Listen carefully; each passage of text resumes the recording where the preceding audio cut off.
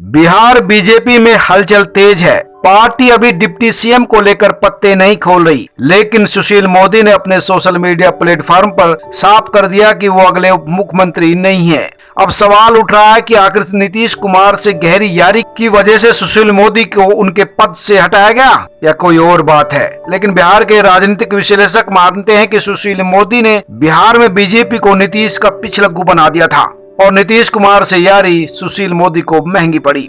नीतीश कुमार और सुशील मोदी की जोड़ी जग जाहिर है। जेडीयू नेताओं से ज्यादा नीतीश कुमार को सुशील मोदी डिफेंड करते हैं। 15 सालों की सरकार में नीतीश कुमार और सुशील मोदी के बीच कभी कोई मनमुटाव नहीं हुआ, लेकिन बीजेपी नेतृत्व को ये यारी 2012 के बाद से ही खटक रही है, जब सुशील मोदी ने नीतीश कुमार को पीएम मटेरियल बता दिया था, जबकि उनकी पार्टी में तमाम नेता नरेंद्र मोदी का झंडा उठाए हुए थे। दरअसल 2014 के लोकसभा चुनाव से पहले बीजेपी के अंदर नरेंद्र मोदी को पीएम बनाने की मांग उठ रही थी। गुजरात दंगों की वजह से नीतीश कुमार की पार्टी लगातार नरेंद्र मोदी का विरोध कर रही थी। इसे लेकर 2012 से ही चर्चा तेज हो गई थी। नीतीश कैबिनेट में शामिल रहे पशुपालन मंत्री गिरिराज सिंह लगातार मोदी के पक्ष में बिहार में माहौल बना रहे थे। साथ ही अश्विनी कुमार चौबे भी लगातार नरेंद्र मोदी का झंडा उठाए हुए थे। लेकिन सुशील मोदी ने सितंबर 2012 के इंटरव्यू में कहा था कि नीतीश कुमार भी पीएम मटेरियल है। दरअसल नरेंद्र मोदी के नाम की घोषणा से पहले बीजेपी 2 धड़ों में बटी हुई थी। सुशील मोदी के इस बयान के बाद बिहार की सियासत में भूचाल आ गया।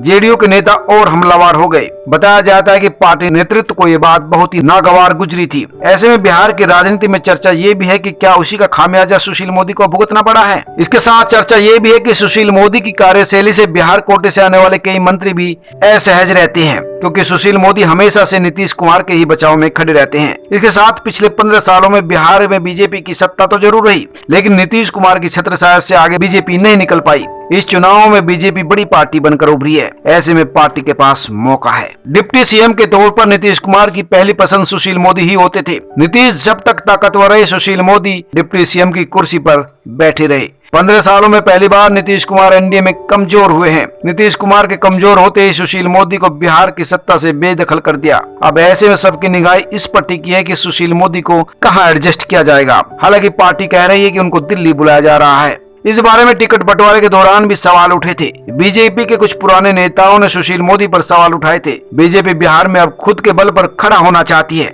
ऐसे में पुराने चेहरों को रिप्लेस कर रही है, क्योंकि पिछले 15 सालों में बीजेपी सेकंड लाइन का कोई नेता बिहार में तैयार नहीं हो पाया। बीजेपी नेतृत्व को लगता है कि इससे बेहतर मौका और कोई नहीं हो सकता है। ऐसे में नई चेहरों की तलाश शुरू हो गई है। 74 सीटें आने के बाद बिहार में बीजेपी बड़े भाई की भूमिका में है और राजनीतिक विश्लेषक कहते हैं कि बीजेपी चाहती है कि सरकार में उनका हस्तक्षेप बढ़े, प्रभाव बढ़े। लेकिन केंद्रीय नेतृत्व को पता है कि सुशील मोदी के रहते ये असंभव है, क्योंकि साथ में रहकर नीतीश कुमार के खिलाफ सुशील मोदी नहीं बोल पाएंगे और शायद इसी का खामियाजा सुशील मोदी को भुगतना पड़ा है। 15 सालों के बाद बीजेपी ने निकू यानी नीतीश कुमार और सुमो यानी सुशील मोदी के रिश्तों में दरार डाल दी। हम आपको जल्द ही बताएंगे कि सुशील मोदी को पार्टी क्या जिम्मेदारी दे रही है। आप जुड़े रहिए हमारे साथ, हम लगातार आपको अपडेट देते रहेंगे। सब्सक्राइब करें, लाइक करें और अपने दोस्तों के साथ शेयर भी करें।